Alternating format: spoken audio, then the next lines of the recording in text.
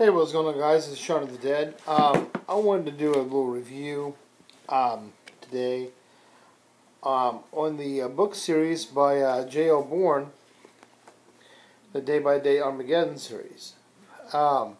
There's Day by Day Armageddon, Day by Day Armageddon Beyond Exile, and this is the third installment, and maybe the final installment, which is Day by Day Armageddon Shattered Hourglass. I've had this book for a few months. I have this much remaining. The first two books I blew through. Fantastic books. First two books, great. Couldn't put them down. Great read. Good storytelling. Good characterization. Cared about the people.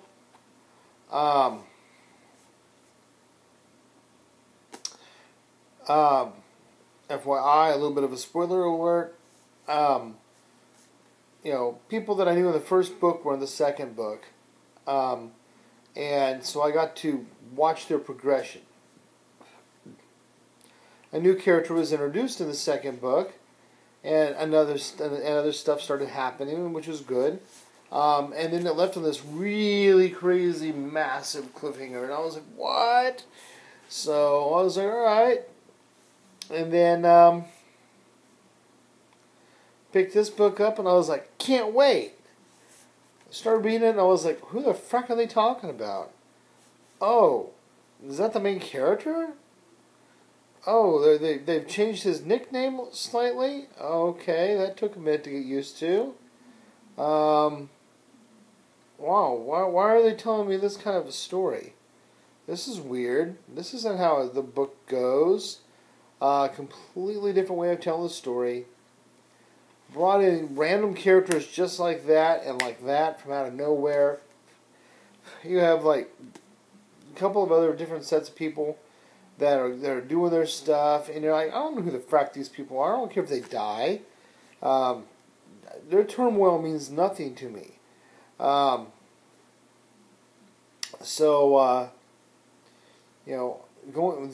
Watching them go through their plight, so what? I was just very bored, and hence I haven't even finished the book yet.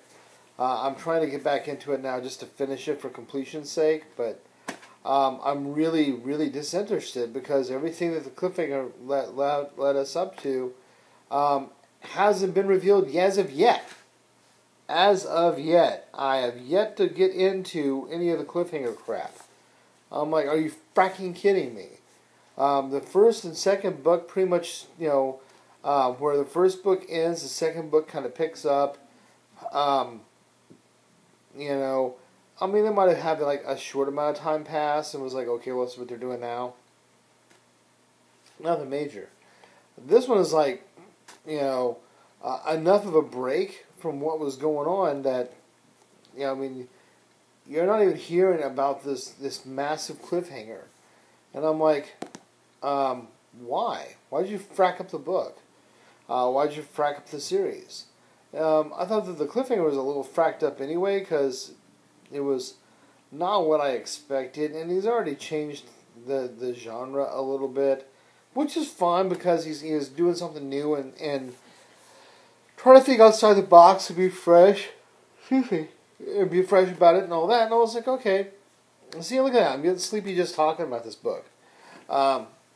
He's already changed up the genre a little bit as far as zombie genre goes. But the first book was really good. I enjoyed the first book. He changed the way that zombies were a bit. Zombies were there, and then they changed a bit. And I was like, okay, that's an interesting take on that. I don't mind that. I didn't expect that. I don't necessarily agree with it, but it makes for a good story. It's well written, well played. Fine. This is the world we're playing in. I'll check it out. Second one expands on that a little further, but then it starts bringing this other weird stuff into it. And I was a little on that, but I was like, I'll kind of shine it on. I mean, there should be a reason for it coming down the line. No, not really. Hadn't really mentioned anything much about that either. And for those that have read the books or know anything about them, the first books, of course, is him and this other guy trying to escape, and they bump into a few survivors. They find this old missile silo, and they kind of get it up and running. Second book, sorry, pardon me. Second book, it was, he goes down in an aircraft, and he is walking back to camp. And he ends up meeting another guy. I believe it was an Afghani. I'm not sure, but anyway, it might be Iraqi or Afghani, I believe, because I believe it was somebody that we were at war against at some point, because they wanted that contention point, because the main character is a soldier.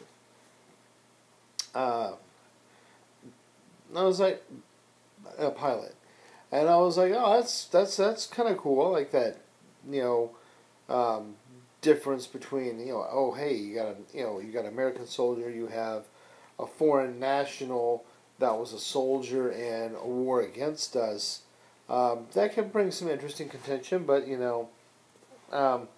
zombies are kind of take precedence over human war. So I was like, oh, that's an interesting little thing.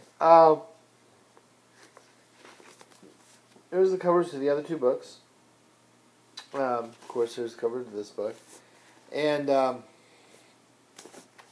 so he goes through his whole little spiel, and he's going about, all of a sudden this other plane comes down. It's an automated plane. It's like a fracking C-130 or whatever, and it's like automated. I'm like, what? That's a little weird. So this automated plane comes down, gives us like supply drops and stuff. And he gets back home, everything's fine and dandy, but they want him to blow up, like, the ship. They want him to nuke a fracking American ship. And he refused, so yet they dropped this bomb on him to draw zombies his direction. And his zombies' radiation actually makes them more powerful, and not only are they more powerful, faster, stronger, and all that, they're also radiated, so they could give you radiation poisoning. So I was like, okay, that's a weird twist for me, but I was like, it was well done, so I'm okay with that.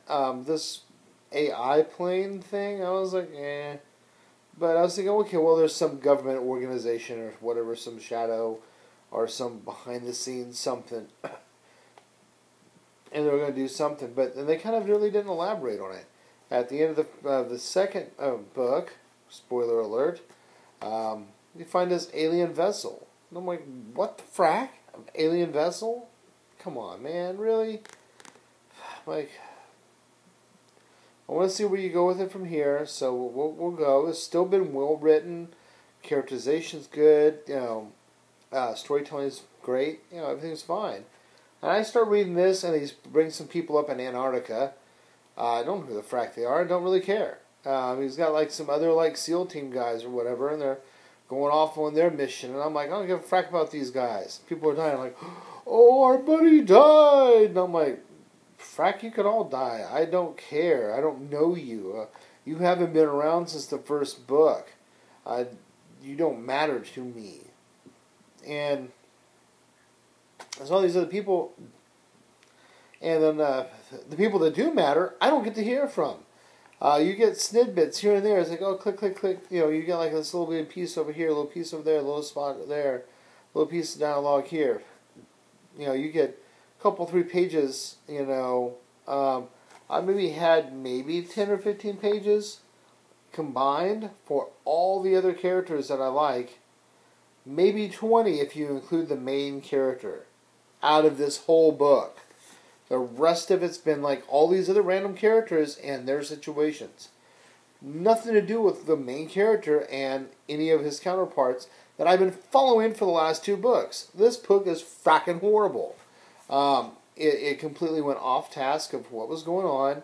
I don't get to, find out about what's going on with my friends, because you become friends with these people over you reading these books. And now it's like, who the frack are these people? I don't want to hear about them. I didn't get Day by Day, Armageddon, Shattered Hourglass to talk about some other random people. Evidently, I talked to my buddy who's read all the books. He finished this one because he just went ahead and read through it, and I was like, he's like, well, he was trying to like change his style, and he wanted to see, instead of saying it more of a from a journal's perspective, where he's writing in his journal and you're reading the things that happened to him. He wanted to tell more of a story and carry on different people's stories and bring them all together. Instead of giving you a guy's personal and account of the zombie apocalypse. The name is Day by Day Armageddon. That was the original book. Day by Day Armageddon. Then you had Beyond Exile, because he got lost out in the field by himself. He ends up making a new buddy by the time he gets back. And now Shattered Hourglass. Still under the same guise of what's going on. You do not change your writing style. You do not add a bunch of bullcrap in there.